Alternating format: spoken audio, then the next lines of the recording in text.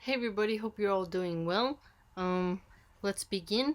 We are in Surah Al-Baqarah on page 109, and we were dealing with 287, and he's reflecting now on the passage. So, before we get started, أعوذ بالله من الشيطان الرجيم بسم الله الرحمن الرحيم.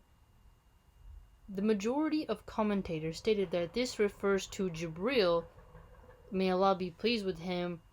Others suggested that it refers to faith by means of which Allah supports His slaves.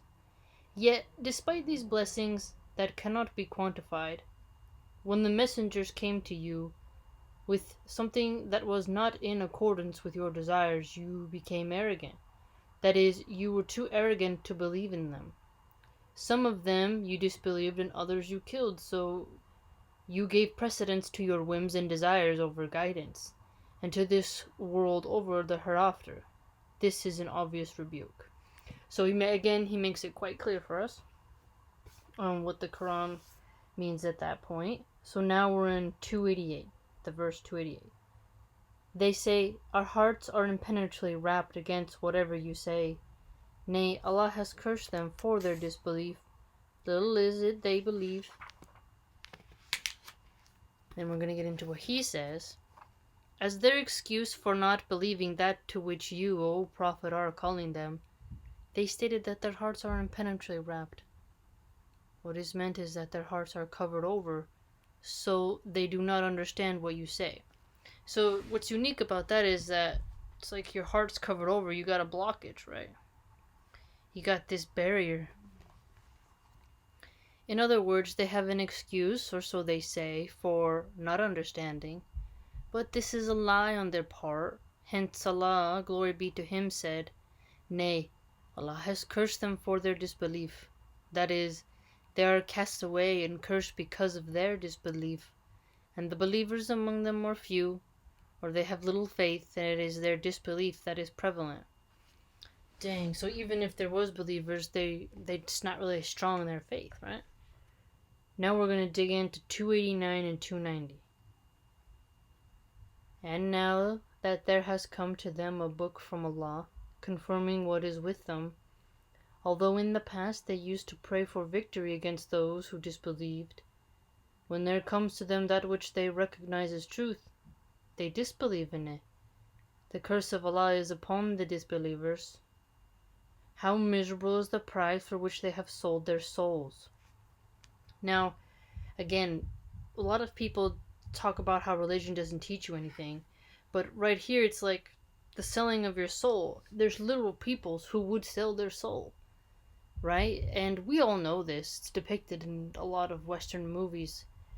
But, the entire music industry, talks about selling their souls to the devil, and then being rewarded with drugs and women, right? And fame, a temporary fame. But it is quite sad, isn't it? Yet, it tells us right there. It's a miserable price. And to some, we may argue, doesn't look miserable, looks pretty glittery. But the empty, busy bed, at the same time of that paradox, it's empty of love, busy with just chivalries, right? In that they reject that which Allah has sent down, out of resentment that Allah would send it down by His grace upon any of His slaves He chooses. Thus have they incurred wrath upon wrath, wrath upon wrath. There's layerings of wrath when you could incur favors. And for the disbelievers there will be a humiliating punishment. Now, a lot of people love to say, like, oh, that's so cruel and mean. And it's like, man, I'm pretty sure you've wished worse on President Trump. I'm pretty sure that person has wished worse on their neighbor or somebody who cut them off in traffic, right? I really hate how some people will point out stern things in religion and then totally not look at their own behavior and the very minute things they get mad at. Like if somebody takes too long to pay with cash in the grocery store, they start huffing and puffing, right? I mean, come on. It's like, this is not that bad. I don't think it's bad at all, quite frankly. If somebody has earned a humiliating punishment, let it happen. All of us deserve a little humiliation once in a while to make us more humble and less arrogant. There's a big reason why the stereotype, of a little humility goes a long way. And if you strut too much, makes people want to slap you, right? Bring you down a peg, take you off your high horse. That is, when a book has come to them from Allah at the hands of the best of creation, and the seal of the prophets, confirming that which is with them of the Torah, and they had prior knowledge of it and were certain of its coming, to the extent that if war broke out between them and the polytheists during the Jahiliyyah, they would speak of victory they would achieve when this prophet, peace be upon him, came, and warn them, the polytheists, about this imminent appearance. Okay, so, prophet coming to warn the polytheists about a coming appearance, and that they would fight the polytheists alongside him.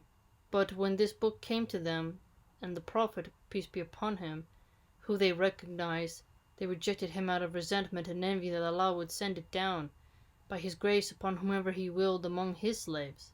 So, God choosing instead of a group of people deciding it would come from their community, is my understanding, right? So Allah cursed them with his and was angry with them. Wrath upon wrath, because of their disbelief, was so great, because they kept doubting and associating others with Allah. So if you keep doubting, not believing, not really trying to see what God's will is and not what you wish it would be for the glory of your own group, but instead you need to recognize what's the will of your maker. Don't associate others. So a pope, almost,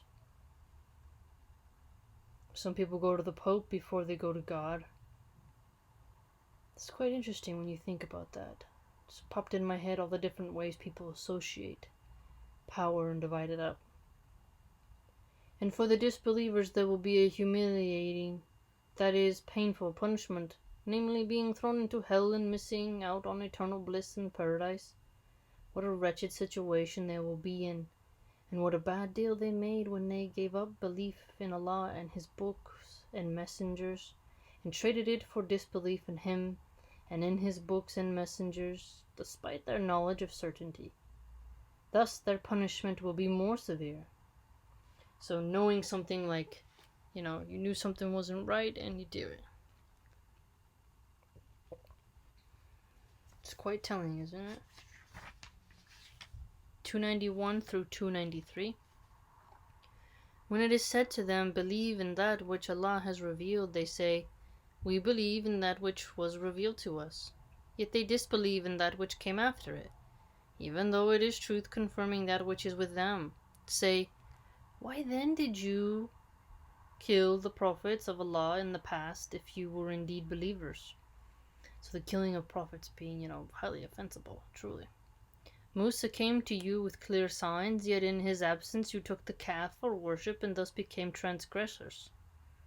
And remember when we took a covenant from you and we raised the mount above you, saying, hold fast to that which we have given you, and listen, they said, we hear and we disobey. And their hearts were filled with love of the calf, because of their disbelief. Say, how wretched is that which your faith commands you to do, if you are believers. It is quite strange how so many civilizations just really got obsessed with that calf, with bulls. I mean, they're cool to look at, but to worship, come on. You ever seen how gross bulls can be sometimes? Like when they go to the bathroom and they're just kind of standing there. They're pretty smelly. It's pretty weird people to worship a calf. These bulls, man, they're cool to look at. I want one in my front yard, run over anybody who comes in my property. However, to worship, it's like you can clearly see it's just an animal. Interesting, though. But anthropologists have some cool questions for us about that concerning past civilizations.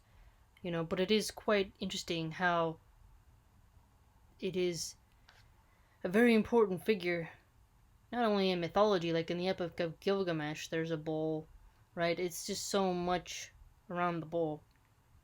Mithras, remember Mithras? That was a huge one too, as well. Where they had that was part of their statue, the Mithras cult that was in Rome. It's quite interesting, isn't it?